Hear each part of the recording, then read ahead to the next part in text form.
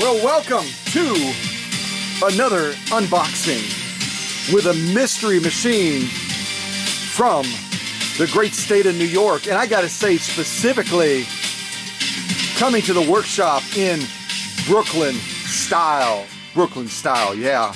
It's from Brooklyn, New York. And from my good friend, Sibel, like Michelle. Last name Gill. Had to clarify Sibel because I called her in the first premiere with the other machine you might remember that arrived all busted up, and she ended up getting a full credit from the gentleman that sold it to her. I kept calling her Sibel, and she said she was just cringing every time I did it. So let's get it right. Sibel, like Michelle. Sibel, like Michelle. Come on now. Sibel, like Michelle. Yeah, it is. All right, let's widen this shot and get busy.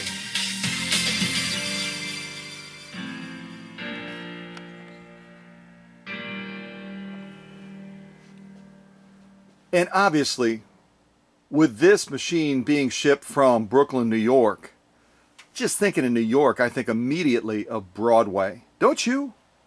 So the keyword that I typed in today is Broadway. And it didn't give me a lot of choices, so I'm probably going to be hopping around a little bit. But that first tune was under that Broadway search, and it's called Victim to Victor. Victim to Victor. Isn't that what we love to hear in a story?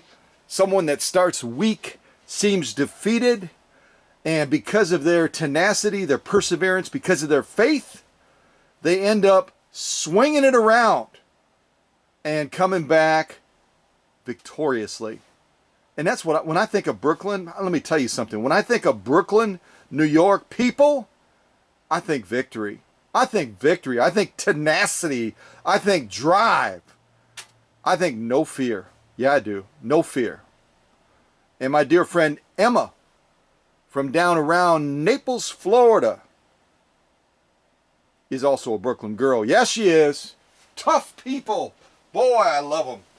Love them. So the next one is called I Have a Reservation. Yes, I do. I got a reservation, but I got to reserve some lights to be turned on first. Let's get some lights on. Light. Camera. Action. Yeah. Oh, this is some sweet sounding music right here. Yeah, it is. Well, Dr. Singer and Singer Repairman, you gentlemen are obviously giving our friends a clue, aren't you? You're giving our friends a clue, telling them that Sibel, like Michelle, sent us a machine that happens to be a singer. Yeah, it is.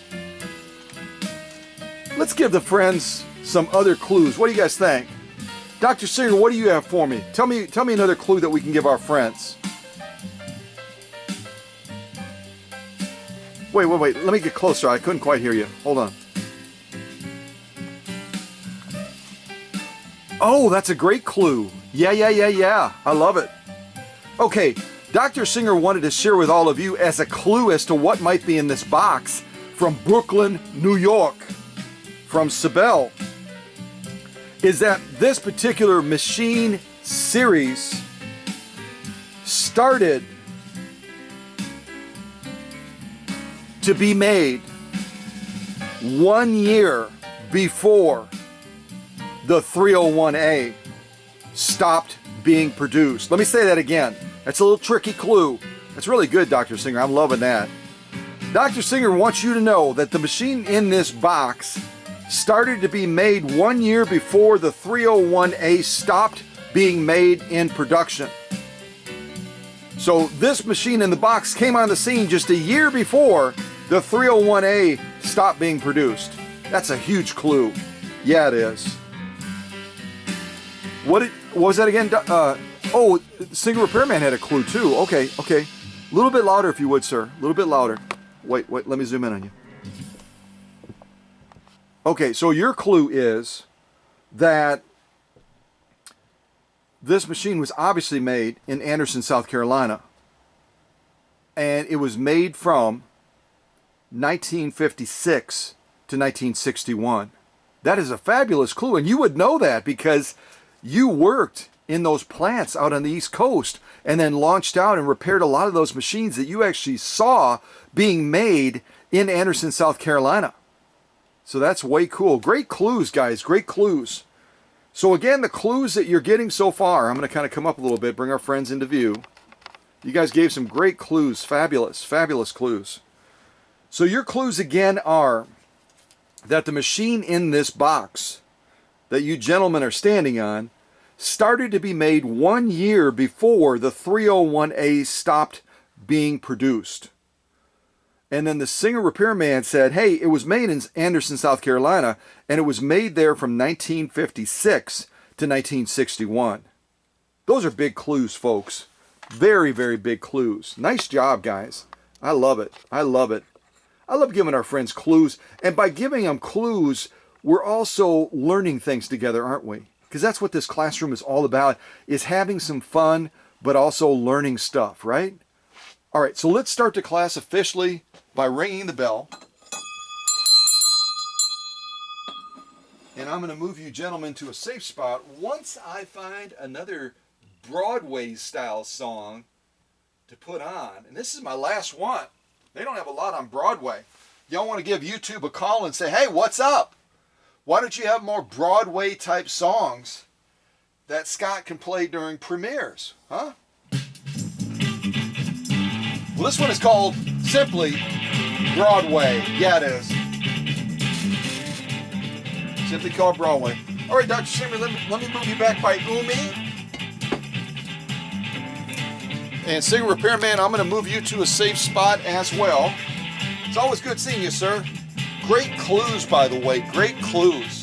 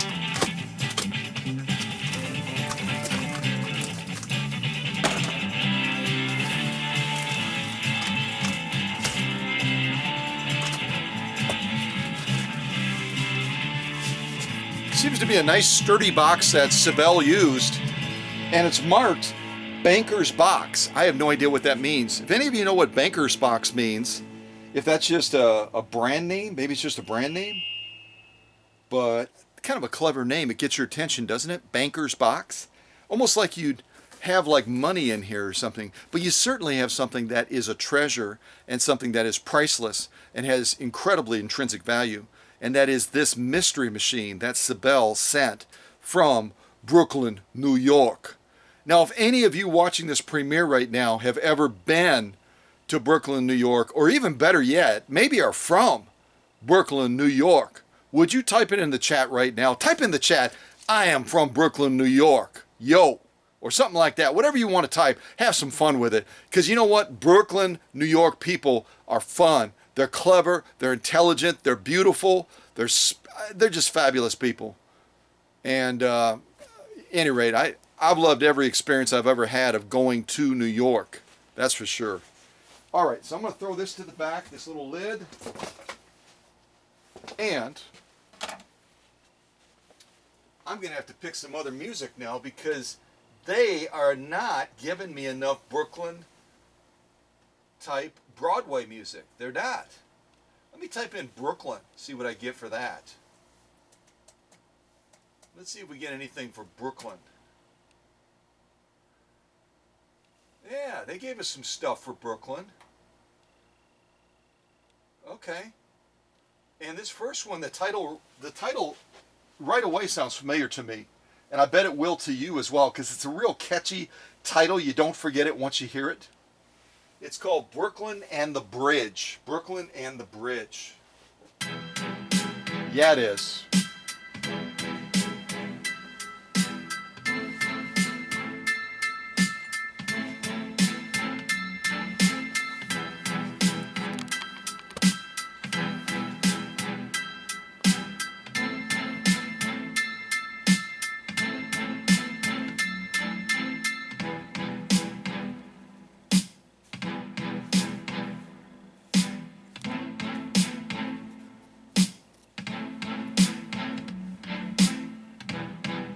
What a cute couple, aren't they?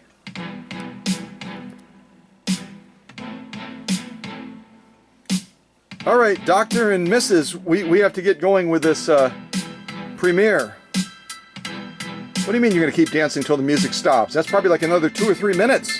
People love seeing you guys, but hey, we got to get busy. All right, you guys. Go on, go on. You can come back on again later, maybe. All right.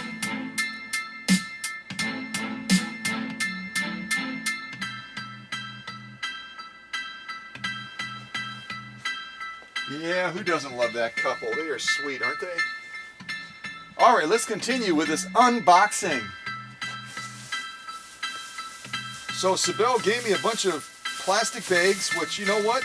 Can you ever have enough plastic bags? I don't think so. And some paper. Kind of filler paper or something.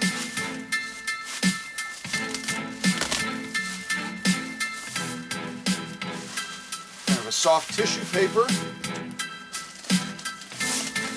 I've got all the makings of having a campfire here, except for the styrofoam. Never ever try to burn styrofoam. It emits a toxic substance, doesn't it? Does anyone know about that? Has anyone ever heard about that before? You got to be careful about what you put in your fireplace or what you put in a fire. It can mess you up pretty good. All right, so I'm going to grab some of this styrofoam. And again, nothing wrong with styrofoam that Sibel used, but I've said it before that styrofoam, unless you put strapping tape around it and kind of cocoon it a little bit and reinforce it, it's incredibly brittle stuff. You can just see, and if you could see inside of the box, you could see that it kind of just broke up inside of the box a little bit. So if you want to use styrofoam, it's totally cool. Just take some strapping tape and reinforce it. Number one, it'll keep the box a lot cleaner, but it also will give greater stability to this stuff so that it doesn't break up in little pieces when it's being transported with the machine. And you know, stuff like this, it's got some benefit. It's got some padding. It provides some protection, but again, just use it in a way that's going to benefit you most. And you know, my preference again is packing peanuts, just because stuff like this, it's a little bit more fragile. All right, what else do we have here? So the next one is called Brooklyn Cool. And I know that my good friend, fellow leader, editor, sewing machine aficionado, and you know, restorer of so many different things, Bill O'Rourke, or Bill O as he prefers to be called, he also is originally from Brooklyn, New York. As a matter of fact, Bill lived not too terribly far from where Emma did when she was in Brooklyn, if I remember correctly. They knew the same neighborhood. They talked about a couple things during one of the premiere, and then all of a sudden they realized, uh-oh, we're having a sidebar here. We're in class. We better stop or Scott's going to put us in timeout. So they came back to class again. That was the right thing to do. But it was cool to see their little exchange. I love the interaction that occurs sometimes spontaneously during a premiere. And it's people that otherwise may never have a chance to have that interaction. And sometimes people from around the world, we have the privilege and honor of having them at the premiere, and we can interact with them as well. And I think you've seen me do that sometimes with friends from Poland, from Africa, from all over the place. So let's be cool with Brooklyn. This is Brooklyn cool. Yeah, it is. Yeah, Sibel did some serious packing here. Some serious packing.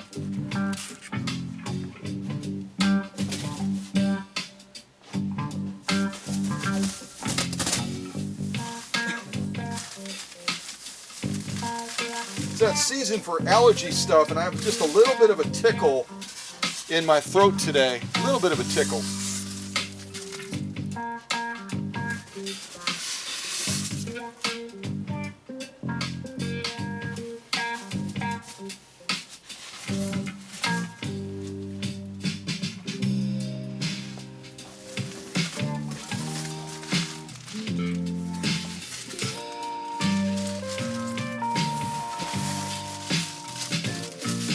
Yeah, Sibel has done a good job. I'm going to come off the tripod and show you inside of the box.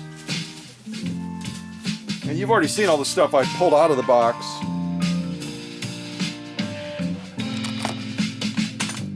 All right, let's take a look at this again. Closer look. So there again is that name, Banker's Box. It's just cool, isn't it? Yeah, it is.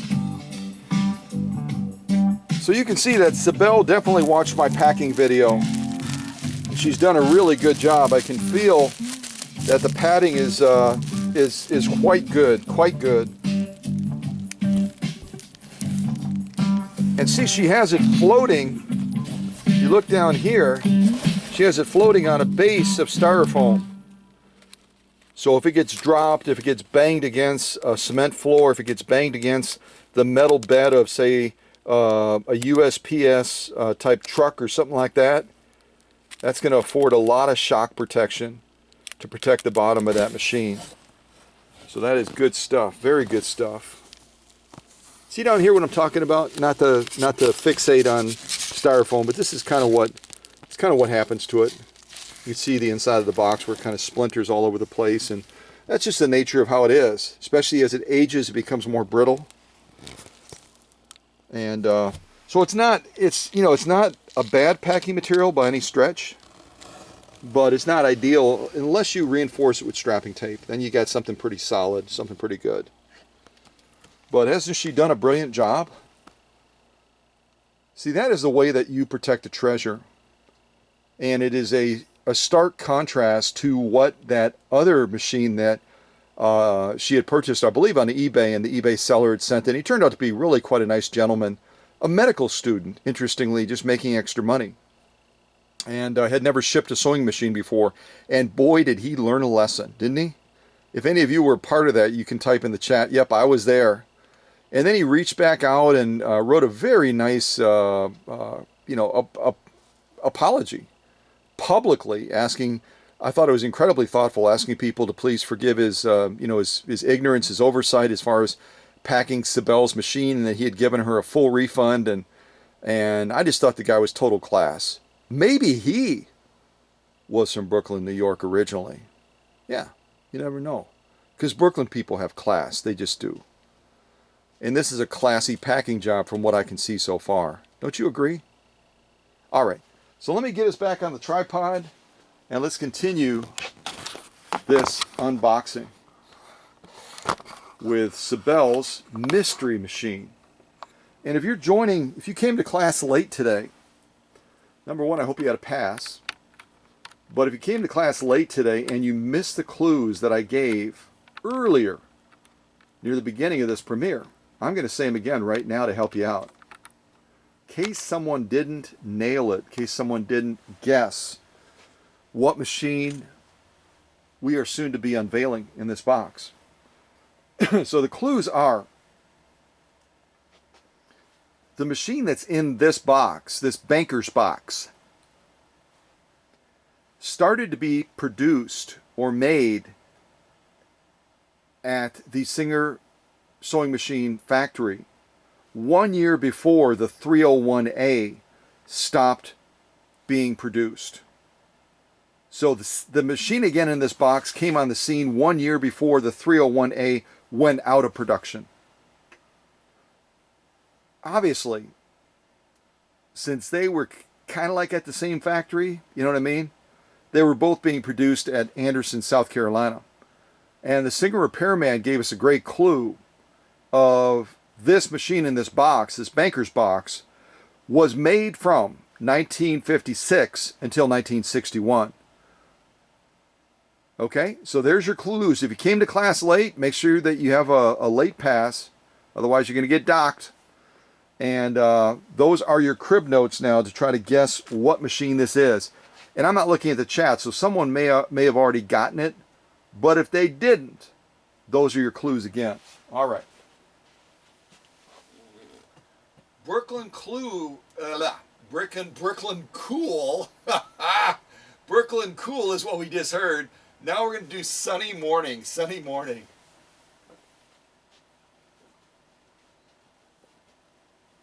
We're going to try to do Sunny Morning.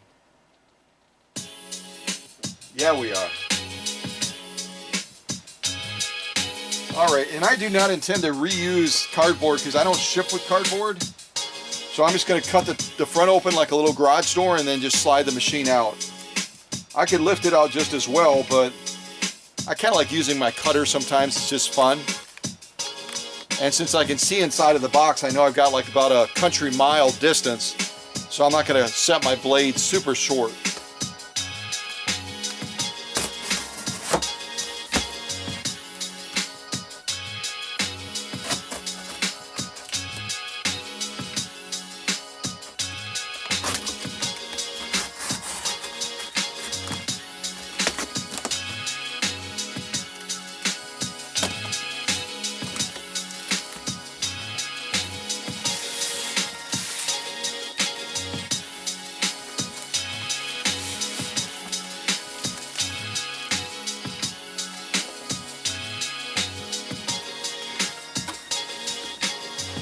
Kind of give you a glimpse into the box there. It's a nice stable box.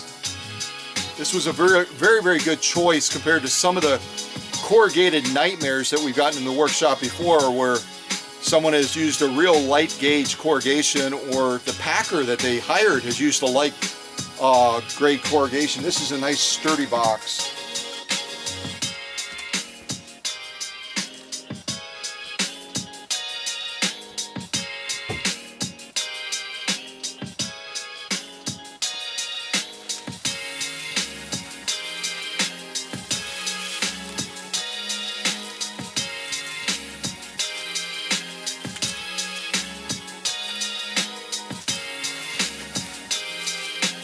Trying to grab the little styrofoam beads off of it so that they're not going to get onto the machine once we get it out of there.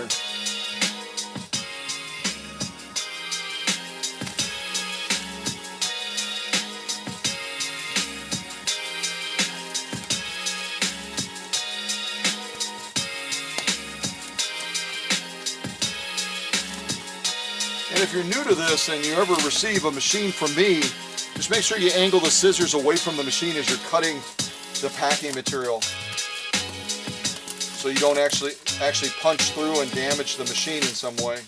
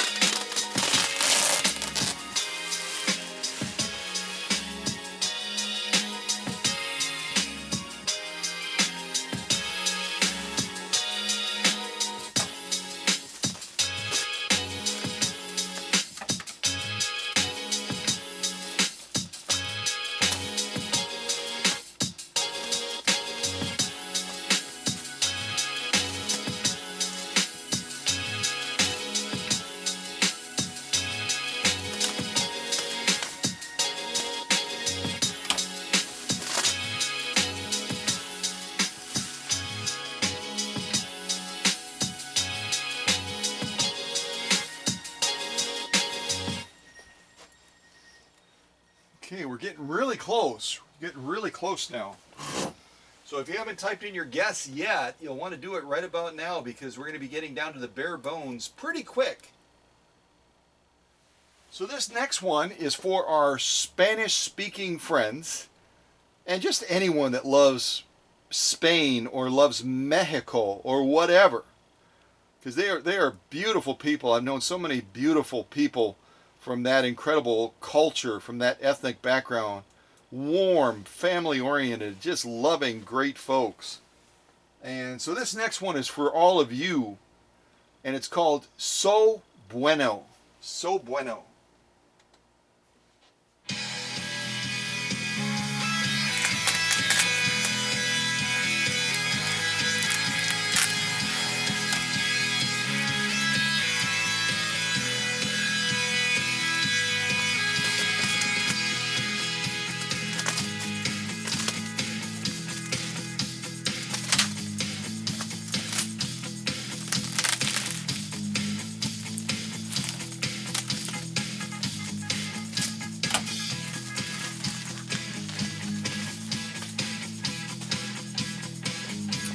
All right, you're starting to see a lot of the machine now. You're starting to see a lot of the machine. As a matter of fact, I'll zoom in a little bit more.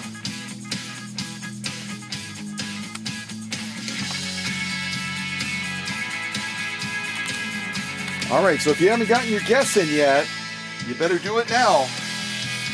We are getting down to the bare bones. All right, almost there, almost there.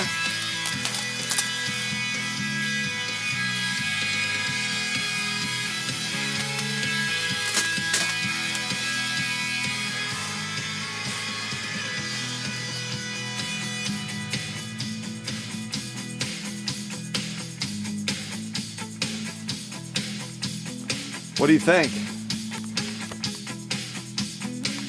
Ha ha ha!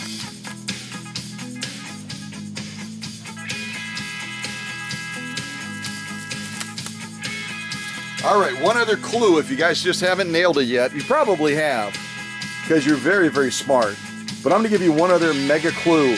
If you followed the fundraiser that we did for the History Museum out of South Bend, Indiana, when I did that special offering of my 4 Slant-O-Matic machines, I offered for my personal collection a 404, a 403A, a 503A, and a 401A.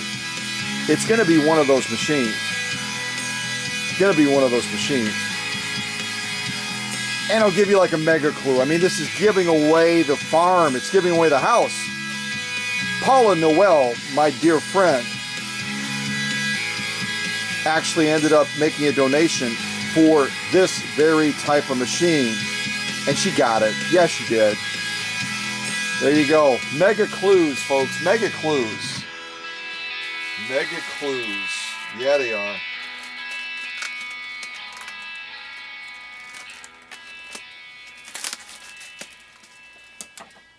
All right, we're almost there. We are so close. So this next one is called, and this is the last one under Brooklyn, Find My Way Home. Find My Way Home.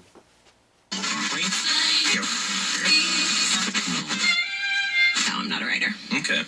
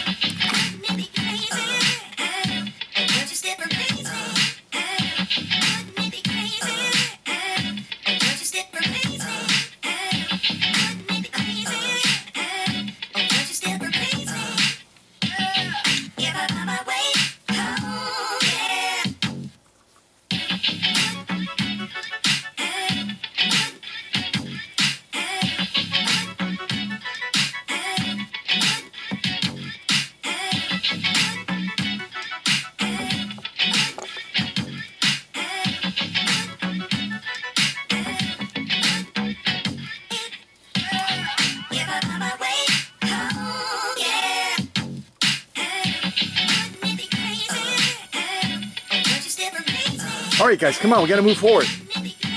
All right, give each other a quick little smooch and then let's move on, okay? Short kiss, short kiss, short kiss! All right, come on, you guys, come on.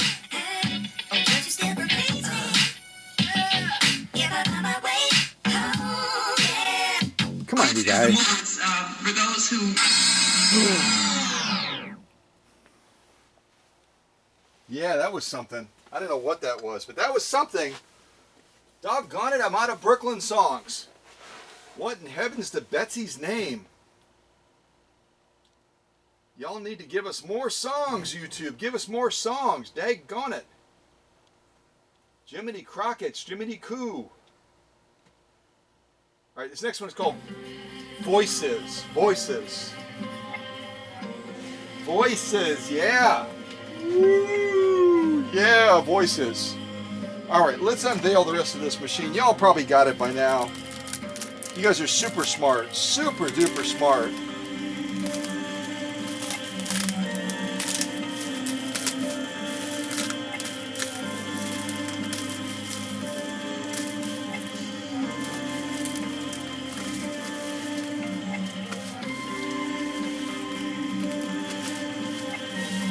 Well, Sibel, you did a fabulous job on your packing. I'm very impressed. Very impressed.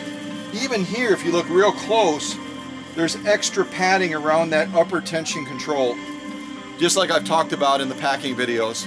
Protecting the, providing a little bit of extra protection for the real sensitive parts of the machine.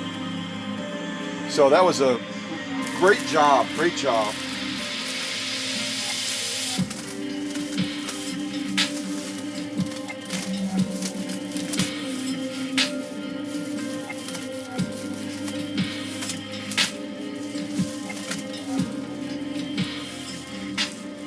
I don't know if it's in Sibel's house or what, but there's really a nice scent.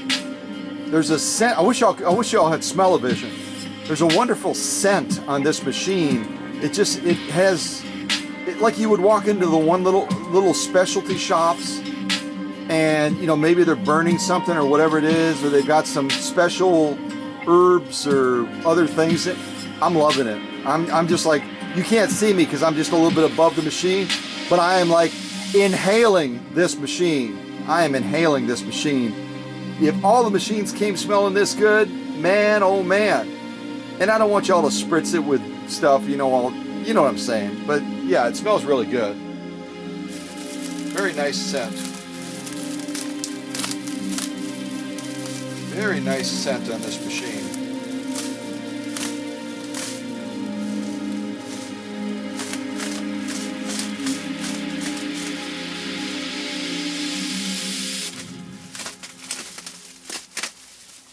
We're getting there. We're getting there. We are getting really close now. So Sibel, whatever you have in your environment at home where you pack this machine, presumably, if you want to send me a little sample of that, yeah, I'm good. I'm good. Just totally drop it in the mail. I'll pay the postage. All right. So that was called Voices, and now we're going to do Stairway. Stairway.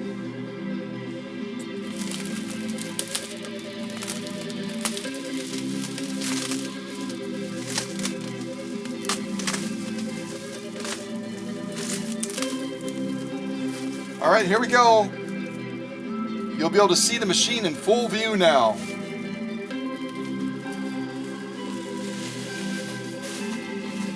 So if any of you nailed it, if you were the first one to nail it, of course you don't even know what it is yet, do you? You don't even know what it is. But if I zoom in a little bit closer on the machine, you might know.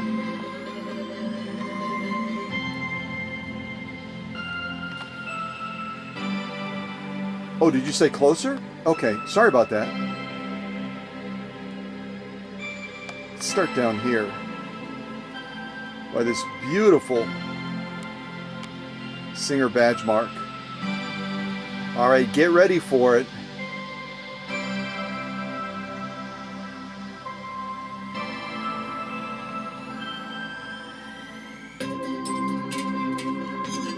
So if you guessed, if you were the first one to guess before right now, and you said that is a Singer 401A, that's a Singer 401A, then you were spot on. And it was produced at the Anderson, South Carolina plant from 1956 until 1961. And it started in production 1 year before the 301A stopped being produced. 1 year before the 301A went out of production is when the 401A came on the scene, right around 1956.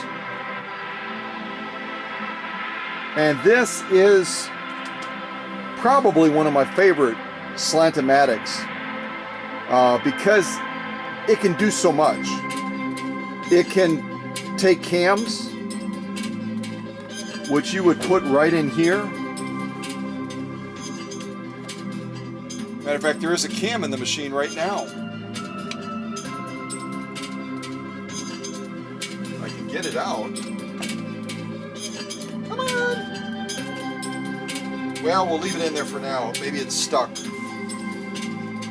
But at any rate, it can take cams. It also has cams engineered. It has a cam stack engineered into the machine as well. So versatility. It has a bigger motor than any of the other Slant-O-Matic machines. It has a 0.9 amp motor that is going to peak right around 1 amp. The other Slant-O-Matics are typically going to be right in the realm of 0.54 amps. So it, you know what, if you squeak it a little bit, it has almost 2 times the power of the other Slant-O-Matic machines. And that really is a desirable thing for some folks that are looking to also use this machine for heavy duty sewing as well. All the other Slant-O-Matics can do heavy duty sewing too, but this one has a little bit of an edge with that bigger motor.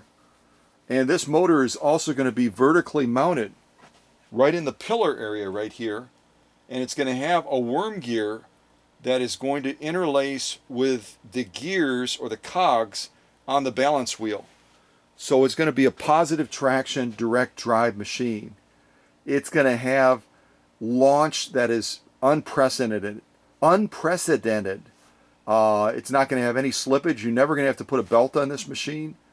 One of the real desirable things about the Slant-O-Matic series is the power and the transfer power, how it's delivered to the machine. Just fabulous, fabulous design. Plus it's going to have, instead of a feed dog drop, it's going to have a throat plate razor right here. And we'll look at that a little bit closer once we get Sibel's machine completely out of the mounting base that it's in right now. The mounting base of styrofoam. It's not really a mounting base, but you know what? Kind of acting like one right now. Yeah, it is. Okay. So that was called Stairway. And now the next one is going to be called Piano Trap Beethoven. Piano Trap Beethoven.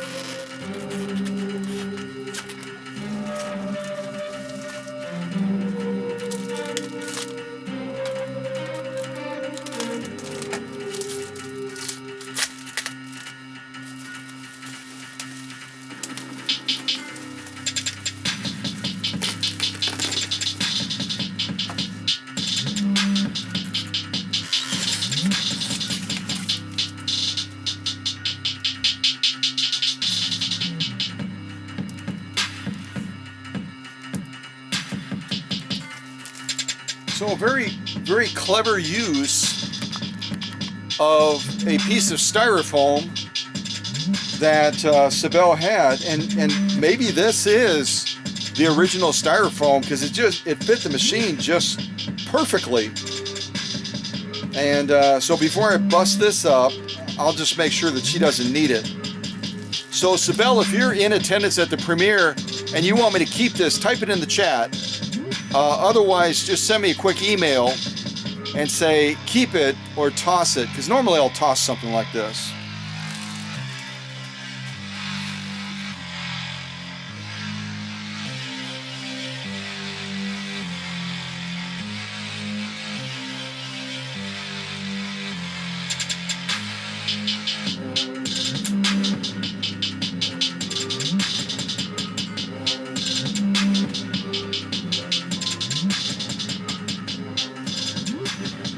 other thing you'll notice if you're not familiar with the 401, it's got a fabulous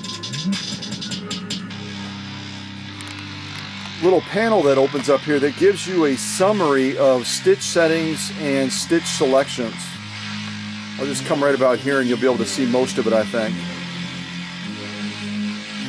Really a brilliant design to make it convenient for the customer. So whether you're looking here on top and you're looking to change needle position or do just straight stitching or choose some primary stitches, it has it all listed here in summary. And then inside of the faceplate, it has a threading guide as well that you won't be able to see right now because I'm not aiming at it, but that's also a really neat thing about this machine. They really thoughtfully designed it so that it was going to be user-friendly for the customer. Here's what I was showing you before, is inside of the faceplate, it has a threading diagram.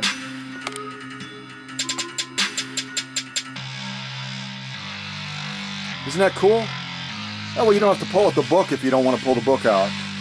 And I don't know if Sibel has a book for this or not.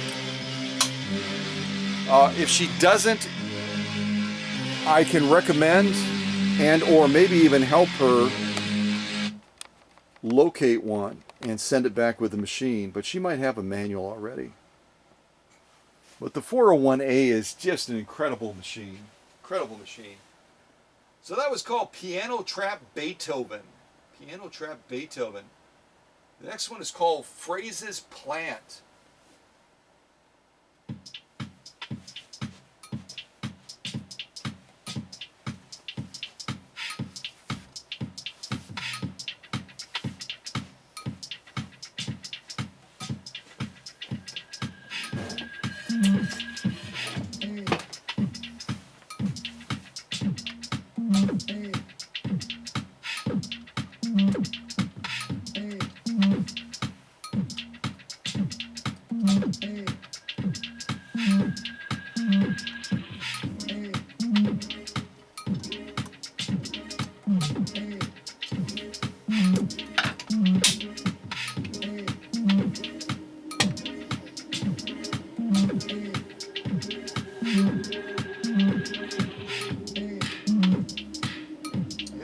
Is stuck on there pretty good.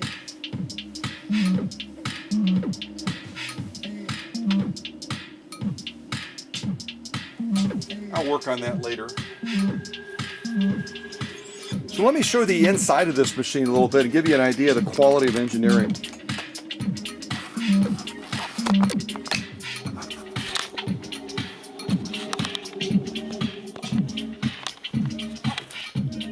So why don't we start on this end over here? This is the basically the output shaft of the motor, and you can see it's all metal. It's not. Some of these were made with Teflon as well. On this 401, this is an all metal output shaft off the top of the motor, and then it interlaces directly with. Let me throw a little bit of light on there. It interlaces directly with the gears coming off of that balance wheel. So it's gear to gear straight away. Let's see if we can do this. So as I turn the balance wheel, watch. See how that works? And that's what gives you positive traction. There's no belt involved. Those gears interlace together and you get immediate traction when you launch. Of course, you always want to make sure your take-up arm is at the highest position so there's no binding. But absolutely a brilliant design. Brilliant design. And you notice the rest of the machine, as we kind of go across it, is going to be incredibly well made. Even the cam stack right here that I'm pointing the light at, where some cam stacks are plastic, this is all metal also. Now the cam on top is plastic, which is really stuck on the machine right now. I'll have to carefully try to get that off. But you can see metal, metal, metal, metal, metal, metal, metal, metal, metal, metal, metal, all the way across. As we look into the faceplate, very, very high quality engineering on this 401A. And there's a closer view of that threading guide that's inside of the faceplate. They even show you the orientation of the bobbin as well, which is brilliant. So again, some manufacturers, they really don't, when they make something, they really don't look at the ease of use, how it's going to serve the customer, and how easy it's going to be for the customer to figure things out and to be able to enjoy it and put it into full use. Singer really was quite good at that. And I don't know if they used focus groups or market groups like we do now, where they kind of sit down a bunch of people, that might be their target audience, and say, what's important to you, blah, blah, blah. But Singer had a way of getting into the head of the consumer and saying, we want to make it fun, we want to make it easy to use, we want to make it durable, and we want you to fall in love with it so that you become a customer for life. And man, bang on. They did a brilliant job. What was that? Oh, they did have focus groups. Okay. Very cool. See that? There's no substitute for knowledge and experience. The Singer repairman was back there in the day. He saw this stuff unfolding, so very cool. But this is a fabulous slant-o-matic machine. And again, if you were paying attention in class, what year did they introduce the 401A? When did it come on the scene? What year? Type it in the chat. And then the second part of the question is, what year did they stop producing the 401A? Okay, get that in the chat. I'll pick out some more music and then I'll give you the answers. All right. So this next one is called TAK. T-A-K.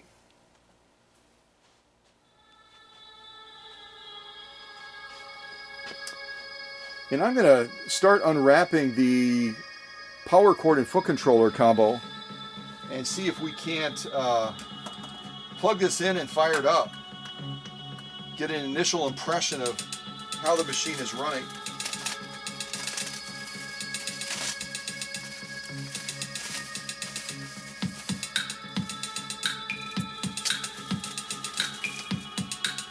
So you'll notice as well that Sibel did wrap this. She only put a single layer of bubble wrap around it. I would generally recommend, because the foot controller is fragile, that you probably go between 3 to 5 layers, so that when you put it into the harp space, which is what she did, which was brilliant, it's going to be padded even if it gets jostled and bumped around a little bit. So, like I say, we're a classroom where we're continually learning from each other. So I would just say, if you ship me a foot controller, go ahead and bolster up the bubble wrap just a little bit more. Go for about 3 to 5 layers instead of 1. But 1 is better than none, that's for sure. That's for darn sure.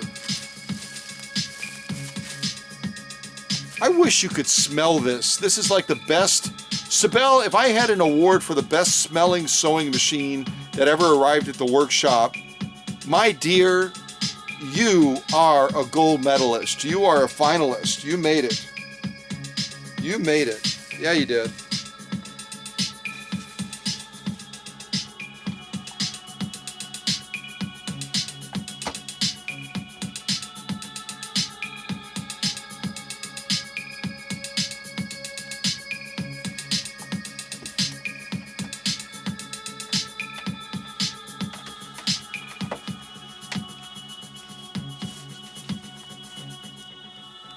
Oh, I see. She's got them. Little zip tie. She's got these tied together just so that they're not dangling all apart and stuff. That makes total sense. And you can see on this setup, you basically have a power cord.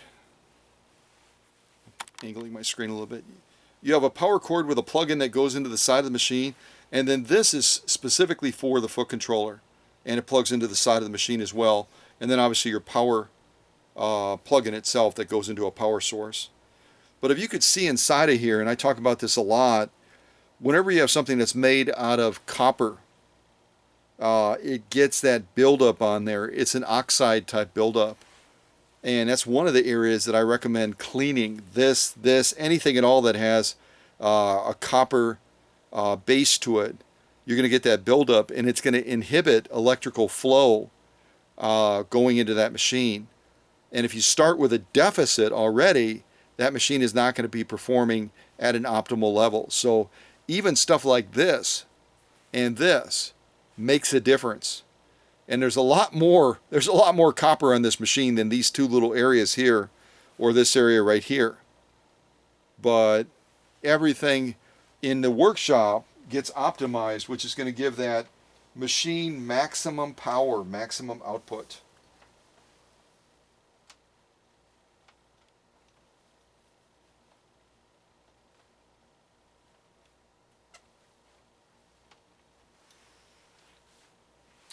And you'll notice on a lot of the singers, sewing machines, the prong plug-in point is going to have 3 contacts. But on this 401A, it only has 2. See that? 1, 2. And that's because this is set up where you're splitting the motor from the foot controller, at least as far as the plug-in process. A lot of the other ones, you've got a terminal plug-in block where you've got foot controller, you've got power for the light, and then you also have power source going into that source as well. So that's where I've talked about the zones. Remember me talking about the 3 zones?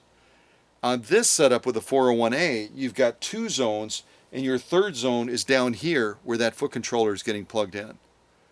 So they come all together then to complete that circuit so you can regulate speed and you can operate the machine. But it's set up a little bit differently than some of the other machines you've seen on this channel. So now we're going to try plugging our power in. These sometimes are a little bit of a challenge. You got to kind of wiggle them in. Sometimes I put them in upside down too, which probably doesn't help the cause a whole lot. That's probably what I'm doing. Yep, I think so.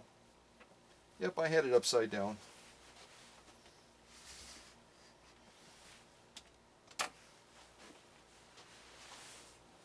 Maybe it's just that Brooklyn people have the best smelling sewing machines. If I get more machines from Brooklyn, boy oh boy, that would be awesome. I'll sign up for that. All right. So I do have my fire extinguisher on the floor. I hope I don't need it. I just plugged it in. There's no sparks, there's no smoke, there's no fire, which is all good. Yay.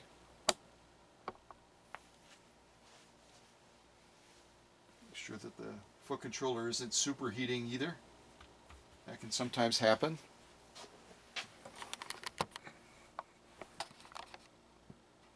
There we go. That's a pretty good shot, I think. Now, if anything dramatic happens, you don't miss it. So this next one is called Away. Away.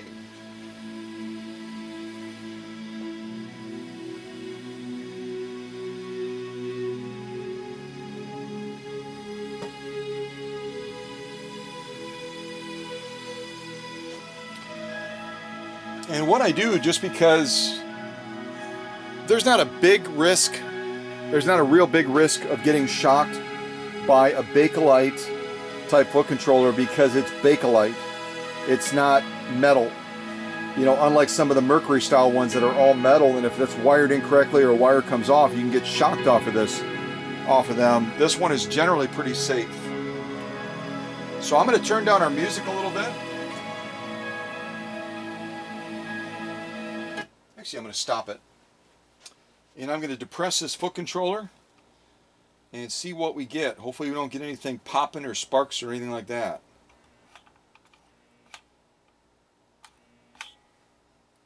So something is binding. You hear that? The motor is trying to kick in. It's making that little humming sound like I'm trying, but it's not turning over. Right now we have the drive Right now we have the drive of the balance wheel. Let's take the drive of the balance wheel off. And the reason that I do that, and this is also, oh, this is also missing the set screw. There's a set screw that allows the stop action of the clutch, and that screw is missing over here right now. So if I unscrew this, I can keep unscrewing it instead of unscrewing it like a half turn and then it stops. But what I'm trying to do is I'm trying to take the main shaft out of the equation so that if it fires up, when I put the foot controller on without the main shaft engaged, then we've got a binding issue beyond the balance wheel. That's what I was trying to get my thought in there. And see what I'm talking about? Just general cleanliness. Dirt is going to hold a machine back, and if this is an indication of how the rest of the machine is between the bobbin and balance wheel on the inside, because this is kind of on the outside of the machine, then we've got a machine that is being held back by a lot of grime, a lot of dirt, a lot of varnishing, a lot of blah right now. So I've just taken off the clutch. Now I'm going to take the balance wheel off. And if you've never seen it before, this is the retainer for the clutch assembly right here. And these three little dimples that you can see always face out. I actually got a machine one time. I don't know how they did it, but they actually installed it in backwards with these facing in, kind of like this. And that is absolutely incorrect. They have to be facing like this because the little screw we're missing that normally would be right here. There's no screw, is going to be extended through the clutch release, and then it's going to hit one of these little dimples as you're releasing that clutch so that the clutch doesn't just keep turning and come off like it just did right now. Does that make sense? Alright, so now we're going to try engaging the motor again. If we get it to spin up, then we've got an issue somewhere to the left of the balance wheel between the main shaft and the needle bar. So let's see what happens.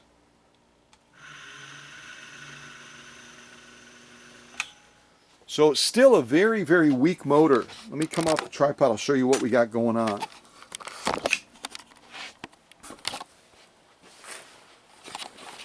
So I'm going to go ahead and push this all the way down.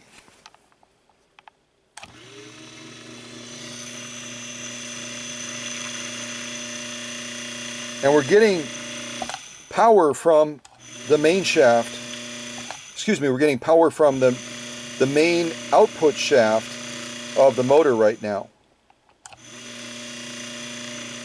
But when we had that balance wheel with these cogs engaged into that, all we were getting is binding and a humming. So somewhere between here, and then I'll follow it all the way across the machine, we've got probably, based on what I'm seeing as far as cleanliness, we've got several areas that could be binding right now and preventing that balance wheel from turning freely. But we do have motor power, which is good. I don't know if you remember Emma's machine from Florida. She had a 301A. Emma, if you're in the Premiere, which I trust you are, type in the chat. I don't remember, is Ebony a 301 or a 301A? But she had a sick motor, and I had to do a lot of work on her motor to get that motor back for Emma's Ebony. But this is nowhere close. I'm all the way down. That's not even close to what full power should be for a 401A. That's probably about 30%. Okay, let's be generous, 35%.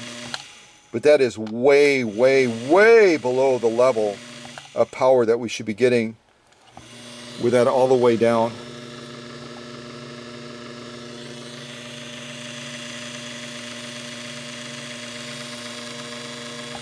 Yeah, I'm not going to run it anymore because we probably have some issues inside of the motor. You can see all this well around the motor output shaft coming off the top of the motor, how filthy it is. And again, that's just an evidence throughout the machine of probably what I'm going to find. So We did not test the light, did we? And the light turn on for the 401A is going to be right underneath here. There it is.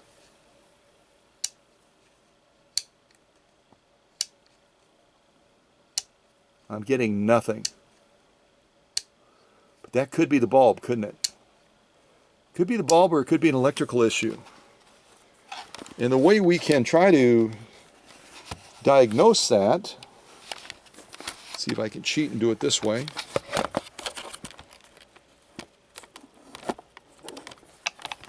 Move that back a little bit more. Just don't want my camera to fall off. So I'm going to move this back.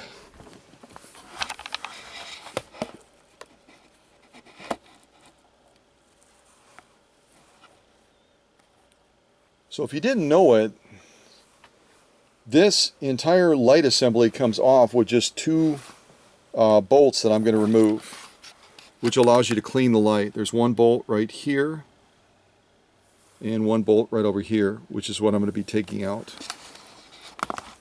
Because I'm just curious, you know, as we're assessing the machine initially, and always keep a hand on this assembly as you're taking these two bolts out, because there's a glass cover.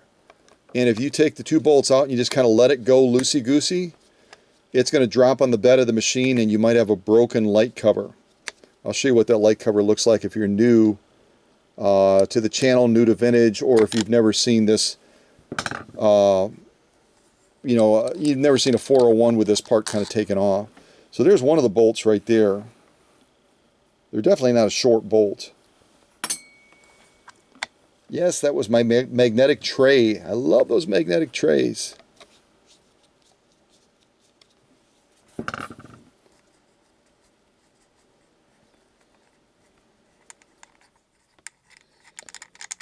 Okay, there's my other bolt. This slides out. And that explains right there why we don't have a light. Because there's no light bulb in it. But that's the glass part I'm talking about right there, that you want to keep a hand on this as you're sliding it out. I'll kind of put it back into position and kind of give you a better view. So I'm going to hold my hand kind of on that. It's very greasy there too. I don't know if you can see that on my fingers. Someone over-oiled and it actually leaked down into the light. See that? I'm kind of holding this in place with my fingers right now. But you keep a hand on there where you're taking these two bolts out, because when you slide it out, it's going to drop right away. And you don't want this glass portion right here. This is basically your magnifier or your light. How would you call it? It directs the light. It kind of intensifies the light and it directs it by the contours of the glass. See how that glass is contoured? Kind of focuses the light down, almost like a prism. But that's all glass. So if that hits this bed, if you don't have a hand on it when you take those two bolts out, crash, you're going to have a broken light cover. Yeah, light magnifier, light focuser. What would you call this thing? Type it in the chat. And there's probably a technical name that Singer came up with. But it does focus the light beautifully on the bed and on the needle, the way they've set it up. And again, it's going to be held in by a single screw right there, and then that clamp kind of presses down on the glass to hold it in place. There's a little catch right there, a little catch right there that kind of holds it in place. So if you want to remove it to clean it, just be real careful. Again, you want to keep a good handle on it. Otherwise, if this gets dropped or something like that, you're going to have a shattered mess. Shattered mess. So I'm going to set this on the bed just temporarily. I'm going to set my camera down. I'm going to go grab one of our high output LED bulbs and see whether or not we have success if we put a new bulb in. Otherwise, that oil may have gotten in there and damaged our socket or caused it to short out and someone took the bulb out. So let's see. I'll put some more music on too. So that one was called Away, and our next one is called June. How appropriate is that? We're leaving May very quickly, heading into June, And this next song is called June, so let's see what this sounds like.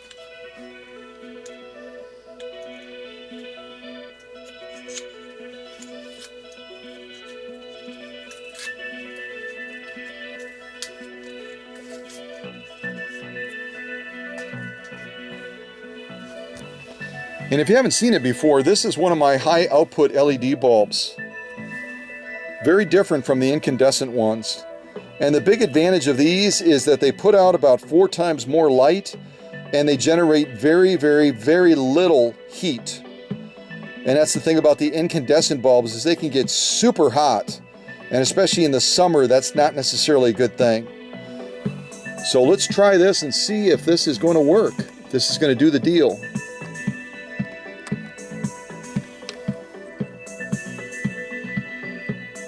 All right, I've got it screwed in place. Keep your fingers and toes crossed. I'm going to turn this little on switch on, and hopefully there is light. Someone do a countdown in the chat. Do like a 5, 4, 3, 2, 1, would you, just for fun? And I can't see it, so I'm going to go along with you here. 5, 4, 3, 2, 1. Oh yeah, we got light. We got lots of light. We got reserve light. We got light galore. And this is real dirty right now, but you can kind of see how you would slide this back into position.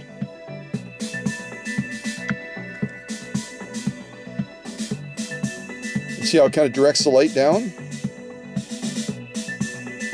Yeah.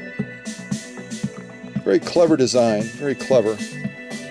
All right, so I don't blind you all.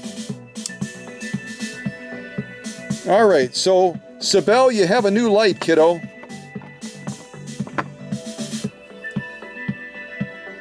All right, so this is Sibel's 401A.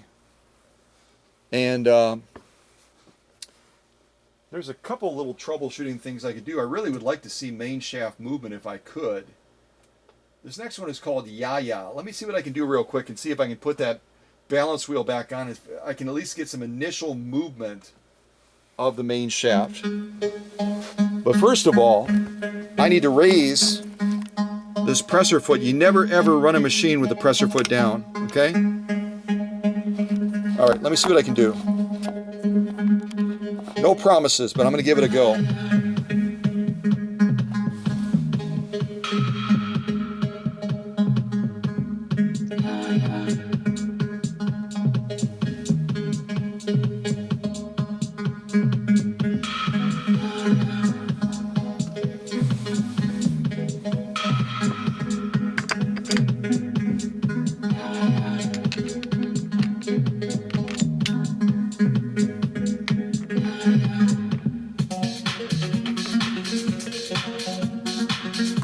All right, let's see what happens now. Don't you love when I say that? I just did something up top real quick based on my years of experience that sometimes can be an issue. So let's see if maybe that gives us victory over this, at least some victory. Hey, look at it, it's moving now. We see your hand, Scott. You're not fooling us, buddy.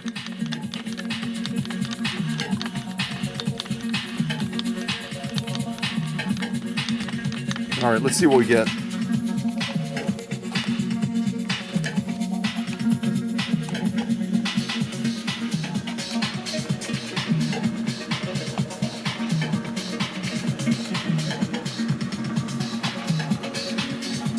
I know, I'm a wizard.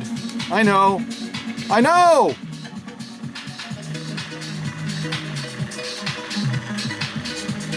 You tell how weak the machine is, though? That is pathetically weak, isn't it?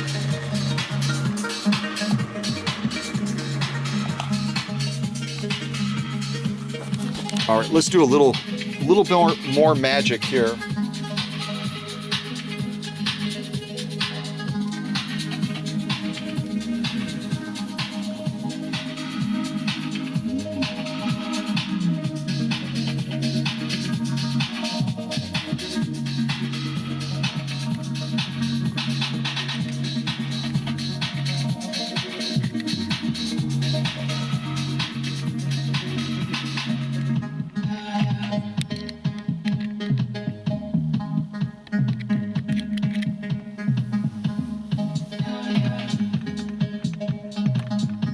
Oh yeah. Yeah, yeah, yeah, yeah, yeah, yeah, yeah, yeah, yeah, yeah, yeah. Yeah, yeah, yeah, yeah, yeah.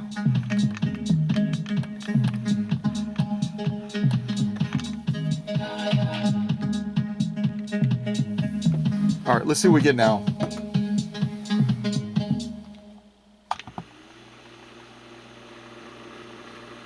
It's better. It's better.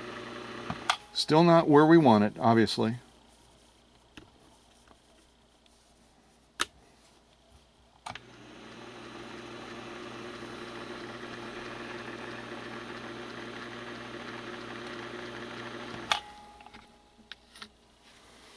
All right, a little bit more here.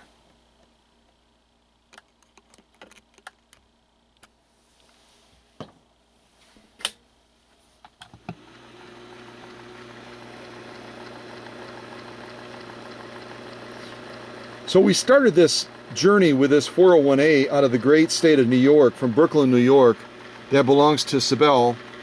And when we pushed the foot controller all the way down, we were getting basically a hum. And with just a few interventions during the slide premiere, we're nowhere close to where we want to be. But we're getting locomotion now, which is fabulous. We're getting locomotion. So a lot more room for improvement, a lot more room. But this is good. This is good. This is good. Yeah, I'm seeing a lot of areas of opportunity, a lot of areas. Oh.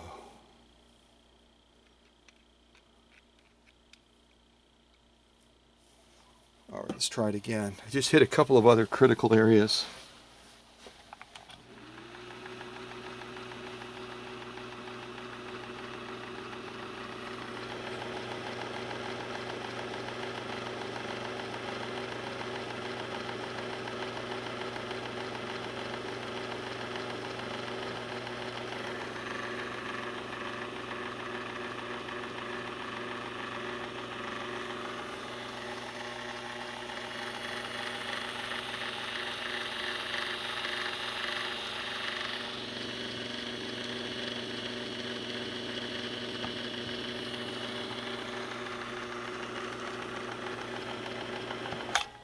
Okay, that's enough. Don't think I'm odd, but I just have to say to this machine, you're in the right place. And Sibel obviously cares about you a great deal. And that's why she took the time and effort to pack you up so carefully and to send you to the workshop. So you started just not even able to move, almost like you had been paralyzed. And already in just a matter of moments, hitting a couple of the critical areas based on my experience with 401As, we have you back to this point already.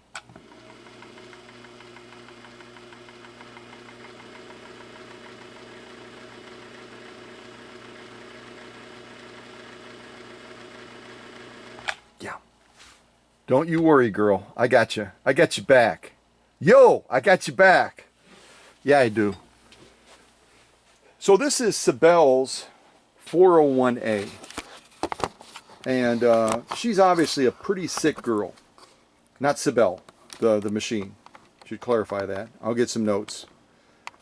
Sibel is probably perfectly healthy, but her machine is not so. But already in just a few seconds, with the magic of the workshop, we're already starting to get a machine that's starting to come back to life. And won't it be fun to see when this machine is eventually premiered? Won't it be fun to see where Sibel's 401A is then? That's the magic. That's the fun. The transformation that all of you love so much as I take a machine through my process. So, Sibel, thank you so much for making the investment and taking the time to get this packed up so carefully, sending it from Brooklyn, New York, all the way to Oconto, Wisconsin. I have no idea what that distance is. Does anyone want to Google it? I'm just curious how far Sibel's treasure traveled. Let's see here. While you're looking it up, I'm going to look it up too. Distance from Brooklyn, New York to Oconto, Wisconsin. The drive from Brooklyn to Oconto is 1,031.5 miles. Over 1,000 miles, folks.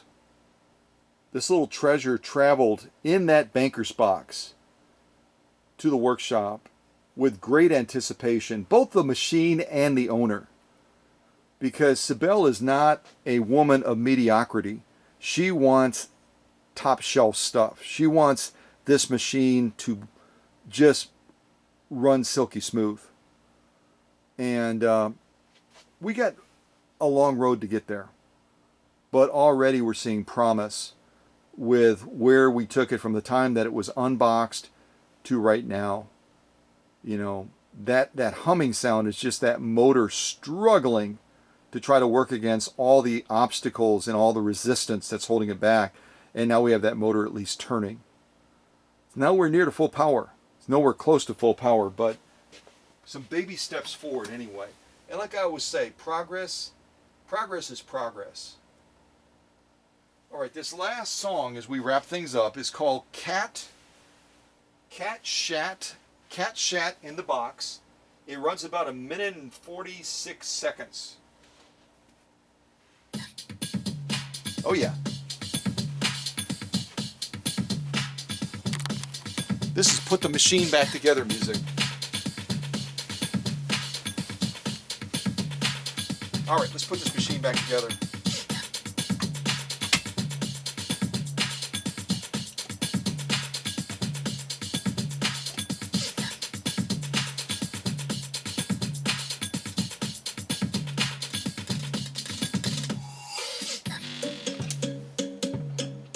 Slow down, buddy, slow down.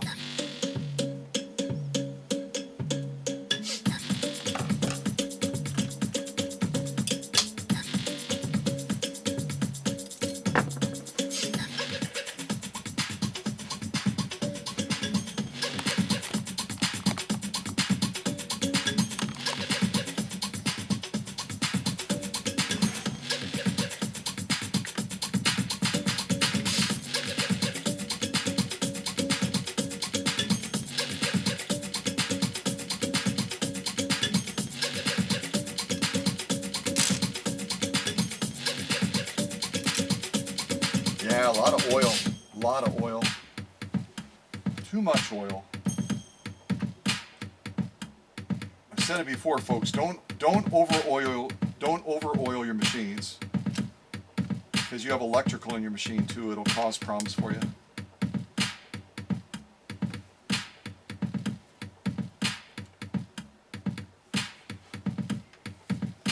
And once you get one of those bolts in, you can let go of it. You don't have to hold on to it. It'll be secure enough. I almost got it done. In that one song. That was pretty cool.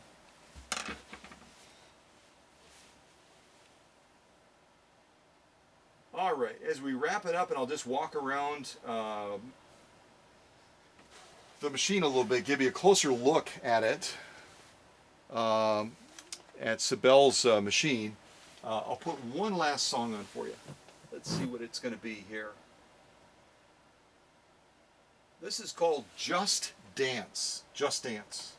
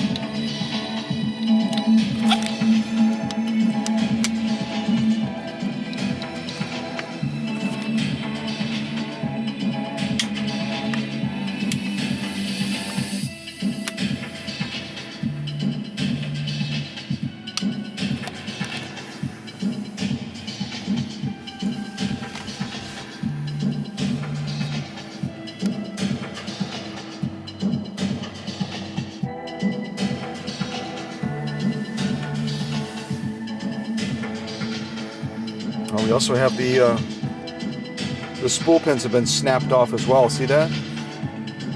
There should be 2 spool pins up here.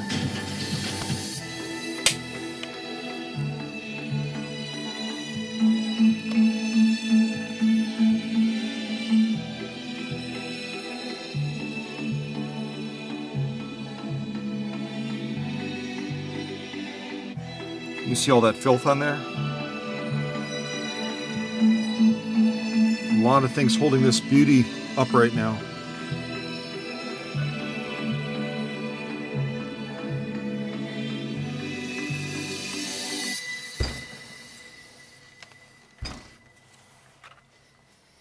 All right, well, thanks for attending this unboxing where we've had a chance to get to know Sibel's 401A just a little bit and gain an appreciation for the potential that this machine has.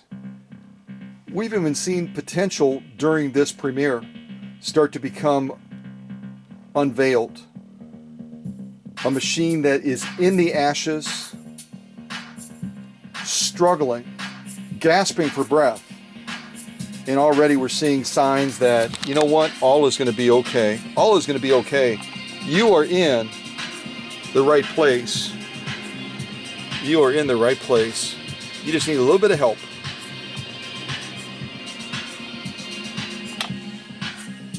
All right, well, stay tuned for other premieres where we have all kinds of interesting things. We get discoveries, we learn, we gain new knowledge, and also we sometimes just delve into a little bit of troubleshooting to try to help a machine out that's struggling. And then you can take that knowledge and you can apply it in your world and make your machines healthier. Yeah, you're a doctor, just like Dr. Singer and our other doctor friends. Where are they? Where'd they go? Oh, are you guys grabbing some bubble gum? Plenty of that. Plenty of that. Yeah. All right. Well, God bless you guys, and I'm not going to leave you hanging anymore with a quote. I'll give you a great quote, and it is, "We are what we repeatedly do. Excellence, therefore, is not an act, it's a habit." So I hope you're building your habits of excellence and not just faking it till you make it. You know what I mean? Yeah, don't fake it till you make it. All right. Take care. And thanks again, Sibel, for sending this great machine. I am going to make this machine another Phoenix. Yes, I am. Take care, everybody. God bless. Bye.